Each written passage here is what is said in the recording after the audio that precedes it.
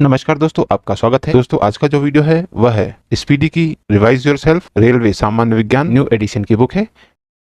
दोस्तों, आज हम करेंगे स्पीडी की वस्तुनिष्ठ सामान्य विज्ञान रिवाइज योरसेल्फ सेट नंबर 19। तो चलिए दोस्तों, फिर शुरू करते हैं। पहला प्रश्न, वनस्पति विज्ञान के जनक कौन है? दोस्तों, वनस्पति विज्ञान के जनक थियोफ्रेस्टस हैं। अगला प्रश्न, प्रश्न नंबर 2, पौधे का कौन सा भाग श्वसन करता है? दोस्तों, पौधों में पत्ती श्वसन करती है। अगला प्रश्न, प्रश्न नंबर 3, सिनकोना पौधे के किस भाग से पुनः प्राप्त किया जाता है? दोस्तों, सिनकोना पौधे के तने की छाल से पुनः प्राप्त किया जाता है। अगला प्रश्न, प्रश्न नंबर 4, फर्न पौधा किससे संबंधित है? दोस्तों, फर्न पौधा टेरिडोफाइटा से संबंधित है। अगला प्रश्न, प्रश्न नंबर 5, थार मरुस्थल की हरियाली किससे बनती है? दोस्तों, थार मरुस्थल की हरियाली मरुद्भिद से बनती है। अगला प्रश्न, प्रश्न नंबर 6, प्रकाश संश्लेषण किसमें तेज होता है? दोस्तों, प्रकाश संश्लेषण लाल प्रकाश में तेज होता है। अगला प्रश्न, प्रश्न नंबर 7, एक पेड़ की आयु का अनुमान लगाया जा सकता है इसके द्वारा?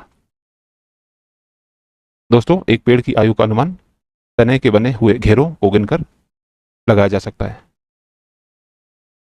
अगला प्रश्न, प्रश्न नंबर 8, प्रकाश संश्लेषण के दौरान पैदा होने वाले ऑक्सीजन का स्रोत क्या है? दोस्तों, प्रकाश संश्लेषण के दौरान पैदा होने वाले ऑक्सीजन का स्रोत जल है। अगला प्रश्न, प्रश्न नंबर 9, प्रकाश संश्लेषण में पौधे द्वारा कौन सी गैस उपयोग की जाती है? दोस्तों, प्रकाश संश्लेषण में पौधे द्वारा कार्बन डाइऑक्साइड गैस उपयोग की जाती है।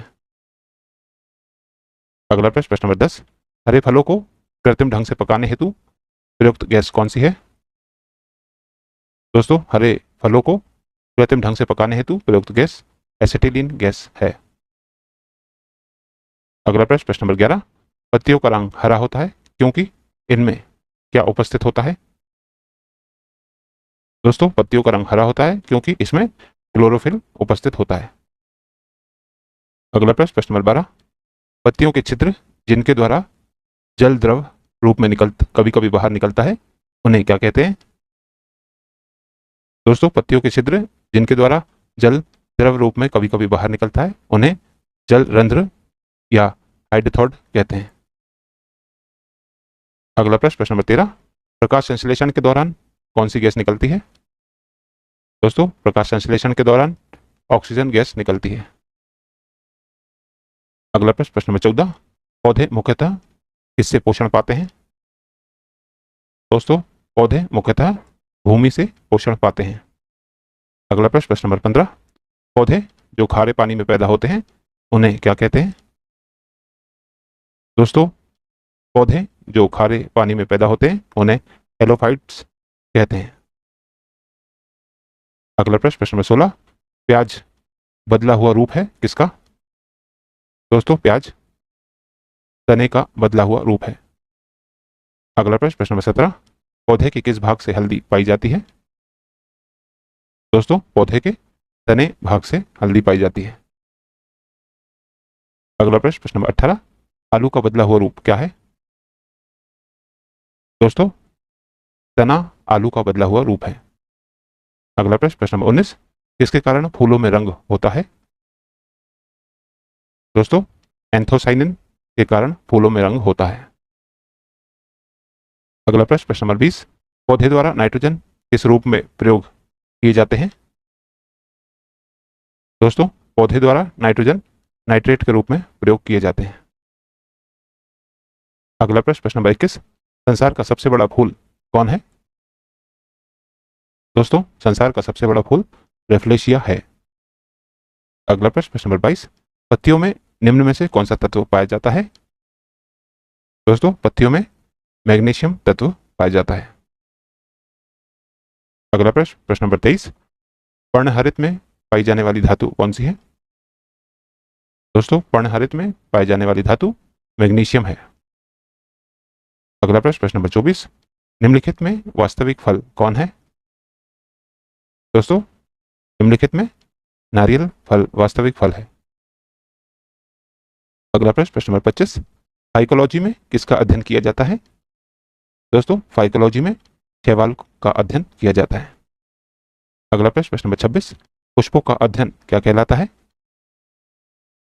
दोस्तों, पुष्पों का अध्ययन एंथोलॉजी कहलाता है। अगला प्रश्न, प्रश्न नंबर 27, फलों का अध्ययन क्या कहलाता है? दोस्तों, फलों का अध्ययन पोमोलॉजी कहलाता है। अगला प्रश्न, प्रश्न नंबर 28, वन अनुसंधान संस्थान कहाँ स्थित है? दोस्तों, वन अनुसंधान संस्थान देहरादून में स्थित है। अगला प्रश्न, प्रश्न नंबर 29, हाइड्रोपोनिक्स किससे संबंधित है? दोस्तों, हाइड्रोपोनिक्स मिट्टी के बिना पौधों की वृद्धि से संबंधित है। अगला प्रश्न, प्रश्न नंबर 30, प्रकाश संश्लेषण की क्रिया किसमें होती है? दोस्तों, प्रकाश संश्लेषण की क्रिया क्लोरोप्लास्ट में होती है। अगला प्रश्न, प्रश्न नंबर 31, पादपों में जल तथा खनिज लवणों का संचालन किसके द्वारा होता है? दोस्तों, पादपों में जल तथा खनिज लवणों का संचालन जाइलम के द्वारा होता है। अगला प्रश्न, प्रश्न नंबर 32, प्राकृतिक वर्ण सिद्धांत का प्रतिपादन किसने किया था? दोस्तों, प्राकृतिक वर्ण सिद्धांत का प्रतिपादन डार्विन ने किया था। अगला प्रश्न, प्रश्न नंबर 33, प्रकाश संश्लेषण कब होता है? दोस्तों, प्रकाश संश्लेषण केवल दिन में होता है। अगला प्रश्न, प्रश्न नंबर 34, पौधों में वाष्प उत्सर्जन की क्रिया किसमें होती है? दोस्तों, पौधों में वाष्प उत्सर्जन की क्रिया उसकी पत्ती में होती है। अगला प्रश्न, प्रश्न नंबर 35, अफीम पौधे के किस भाग से प्राप्त होता है? दोस्तों, अफीम पौधे के फूल भाग से प्राप्त होता है। अगला प्रश्न, प्रश्न नंबर 36, तारपीन का तेल किससे प्राप्त किया जाता है? दोस्तों, तारपीन का तेल कीड़ से प्राप्त किया जाता है। अगला प्रश्न, प्रश्न नंबर 37, प्रोटीन का सबसे अधिक स्रोत किसमें पाया जाता है? दोस्तों, प्रोटीन का सबसे अधिक स्रोत सोयाबीन में पाया जाता है। अगला प्रश्न, प्रश्न नंबर 38, सबसे लंबा जीवित वृक्ष कौन है? दोस्तों, सबसे लंबा जीवित वृक्ष सिकोया है। सेट नंबर 20, पहला प्रश्न, सबसे बड़ा बीजांड किसमें होता है? दोस्तों, सबसे बड़ा बीजांड फाइकस में होता है। अगला प्रश्न, प्रश्न नंबर 2, वृक्षों की छालों पर उगने वाले कवक क्या कहलाते हैं? दोस्तों, वृक्षों की छालों पर उगने वाले कवक कॉर्टिकॉल्स कहलाते हैं। अगला प्रश्न, प्रश्न नंबर 3, भारतीय कृषि अनुसंधान संस्थान कहाँ स्थित है? दोस्तों, भारतीय कृषि अनुसंधान संस्थान नई दिल्ली में स्थित है। अगला प्रश्न, प्रश्न नंबर 4, भारत में हरित क्रांति के जन्मदाता कौन है? दोस्तों, भारत में हरित क्रांति के जन्मदाता MS स्वामीनाथन है। अगला प्रश्न, प्रश्न नंबर 5, प्राकृतिक कृषि का अन्वेषक कौन है? दोस्तों, प्राकृतिक कृषि का अन्वेषक मसानोबु फुफुका है। अगला प्रश्न, प्रश्न नंबर 6, भारत में फसल के प्रकार को किसके द्वारा निर्धारित किया गया है? दोस्तों, भारत में फसल के प्रकार को वर्षा के परिमाण तथा तापक्रम द्वारा निर्धारित किया गया है। अगला प्रश्न, प्रश्न नंबर 7, रेगिस्तान में पाई जाने वाली वनस्पति को क्या कहते हैं? दोस्तों, रेगिस्तान में पाई जाने वाली वनस्पति को जीरोफाइट्स कहते हैं। अगला प्रश्न, प्रश्न नंबर 8, भारत में फूलों की अधिकतम किस्में कहाँ पाई जाती हैं? दोस्तों, भारत में फूलों की अधिकतम किस्में उत्तराखंड में पाई जाती हैं। अगला प्रश्न, प्रश्न नंबर 9, खरीफ का मौसम कब होता है? दोस्तों, खरीफ का मौसम जून से सितंबर के बीच होता है। अगला प्रश्न, प्रश्न नंबर 10, विश्व में प्राकृतिक रबड़ का सबसे बड़ा उत्पादक देश कौन है? दोस्तों, विश्व में प्राकृतिक रबड़ का सबसे बड़ा उत्पादक देश थाईलैंड है। अगला प्रश्न, प्रश्न नंबर 11, भारतीय दलहन अनुसंधान संस्थान कहाँ अवस्थित है? दोस्तों, भारतीय दलहन अनुसंधान संस्थान कानपुर में अवस्थित है। अगला प्रश्न, प्रश्न नंबर 12, झूम खेती कहाँ प्रचलित है? दोस्तों, झूम खेती पूर्वोत्तर भारत में प्रचलित है। अगला प्रश्न, प्रश्न नंबर 13, सिनकोना पौधे के किस भाग से पुनः प्राप्त किया जाता है? दोस्तों, सिनकोना पौधे के तने की छाल से कोनेन प्राप्त किया जाता है। अगला प्रश्न, प्रश्न नंबर 14, पौधे नाइट्रोजन को किस रूप से ग्रहण करते हैं? दोस्तों, पौधे नाइट्रोजन को नाइट्रेट के रूप में ग्रहण करते हैं। अगला प्रश्न, प्रश्न नंबर 15, पूर्ण पुष्प में क्या पाया जाता है? दोस्तों, पूर्ण पुष्प में सभी चारों चक्र पाए जाते हैं। ये हैं ब्रह्मदलपुंज, दलपुंज, उमंग और जायंग। अगला प्रश्न, प्रश्न नंबर 16, फूल गोभी में खाने योग्य भाग क्या है? दोस्तों, फूल गोभी में खाने योग्य भाग पुष्पक्रम है। अगला प्रश्न, प्रश्न नंबर 17, नारियल का फल होता है? दोस्तों, नारियल का फल डूपी होता है। अगला प्रश्न, प्रश्न नंबर 18, विश्व वन दिवस कब मनाया जाता है? दोस्तों, विश्व वन दिवस 21 मार्च को मनाया जाता है। अगला प्रश्न, प्रश्न नंबर 19, पौधों के रस को चूस लेने वाला सबसे छोटा कीट कौन सा है? दोस्तों, पौधों के रस को चूस लेने वाला सबसे छोटा कीट एफिड है। अगला प्रश्न, प्रश्न नंबर 20, सबसे बड़े पुष्प किसके होते हैं? दोस्तों, सबसे बड़े पुष्प रेफलेशिया के होते हैं। अगला प्रश्न, प्रश्न नंबर 21, चाय में लाल कीट का कारण क्या है? दोस्तों, चाय में लाल कीट का कारण हरी शैवाल है। अगला प्रश्न, प्रश्न नंबर 22, किसमें बीज नहीं बनते? दोस्तों, फर्न में बीज नहीं बनते। अगला प्रश्न, प्रश्न नंबर 23, नींबू में कैंकर रोग किसके कारण होता है? दोस्तों, नींबू में कैंकर रोग जीवाणु के कारण होता है। अगला प्रश्न, प्रश्न नंबर 24, मटर में मार्श रोग का कारण क्या है? दोस्तों, मटर में मार्श रोग का कारण मैंगनीज की कमी है। अगला प्रश्न, प्रश्न नंबर 25, भारत का विश्व में गेहूं उत्पादन में कौन सा स्थान है? दोस्तों, भारत का विश्व में गेहूं उत्पादन में द्वितीय स्थान है। अगला प्रश्न, प्रश्न नंबर 26, निम्नलिखित में से कौन सा असत्य फल है? दोस्तों, इनमें काजू, सेब और नाशपाती ये सभी असत्य फल हैं। ऑप्शन डी उपयुक्त सभी इसका सही उत्तर होगा। अगला प्रश्न, प्रश्न नंबर 27, निम्नलिखित में से कौन नकदी फसल है? तो दोस्तों, इनमें तंबाकू एक नकदी फसल है। अगला प्रश्न, प्रश्न नंबर 28, निम्नलिखित में से किसमें प्रोटीन सर्वाधिक होता है?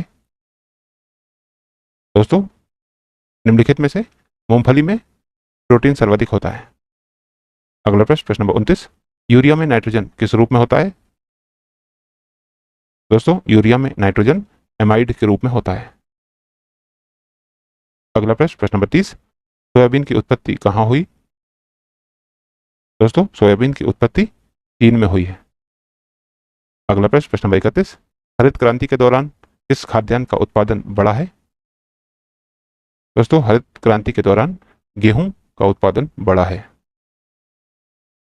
अगला प्रश्न, प्रश्न नंबर 32, निम्नलिखित में कौन प्रोटीन का उत्तम स्रोत है?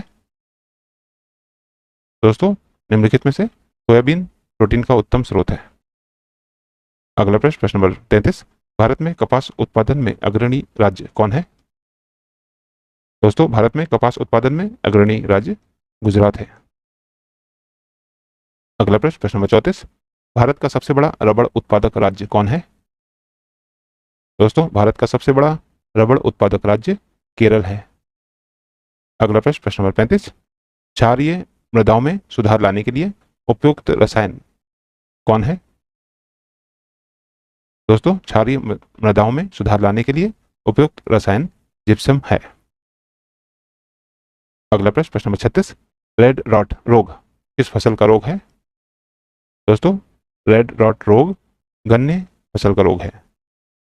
अगला प्रश्न, प्रश्न नंबर 37, भारत में निम्नलिखित में किस फसल का सबसे ज्यादा क्षेत्रफल है? दोस्तों, भारत में धान फसल का सबसे ज्यादा क्षेत्रफल है। अगला प्रश्न, प्रश्न नंबर 38, भारत का केंद्रीय औषधि अनुसंधान संस्थान निम्नलिखित में से किस स्थान पर स्थित है? दोस्तों, भारत का केंद्रीय औषधि अनुसंधान संस्थान लखनऊ में स्थित है। अगला प्रश्न, प्रश्न नंबर 39, मानव द्वारा सबसे पहले उपयोग में लाए जाने वाला अनाज क्या है? दोस्तों, मानव द्वारा सबसे पहले उपयोग में लाए जाने वाला अनाज गेहूं है। अगला प्रश्न, प्रश्न नंबर 40, संसार में सबसे अधिक तिल का उत्पादन करने वाला देश कौन है? दोस्तों, संसार में सबसे अधिक तिल का उत्पादन करने वाला देश भारत है। तो दोस्तों, आज की इस प्रश्नावली में कुल 40 प्रश्न। और दोस्तों, यदि आप इस YouTube चैनल पर नए हैं तो चैनल सब्सक्राइब कर लीजिए, वीडियो को लाइक कीजिए तथा इसे अन्य लोगों के साथ भी शेयर कीजिए। तो दोस्तों, मिलते हैं अब अगले वीडियो में अगली प्रश्नावली के साथ। तब तक के लिए नमस्कार।